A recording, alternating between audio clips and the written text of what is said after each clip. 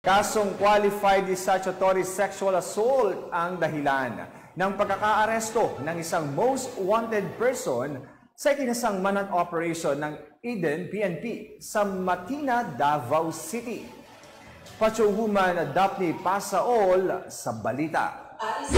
Ng Eden Police Station 19 ng most wanted person sa Purok 54, Block 2, Phase 1, Riverside Street, SIR Matina, Davao City, nito lamang ika-22 ng Abril taong kasalukuyan. Kinilala ni Police Major General J. Mamulang, Acting Station Commander ng Eden Police Station, ang suspect na si alias Arnel, single 37 years old, residente ng Purok 54, Block 2, Phase 1, Riverside Street, SIR, Davao City, na tinaguri ang most wanted person. Ayon kay Police Major Mamulang, nahuli ang suspect sa bisa ng warrant of arrest na inisyo ng Regional Trial Court 11th Judicial Region Branch 8, Davao City.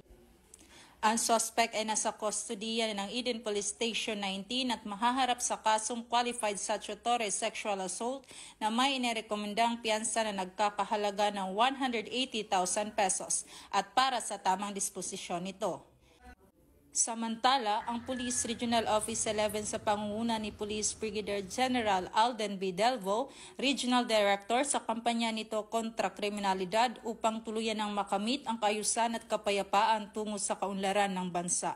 Mula dito sa Police Regional Office 11, ako ang inyong PNN Correspondent, Patrolwoman Daphne Pasaol.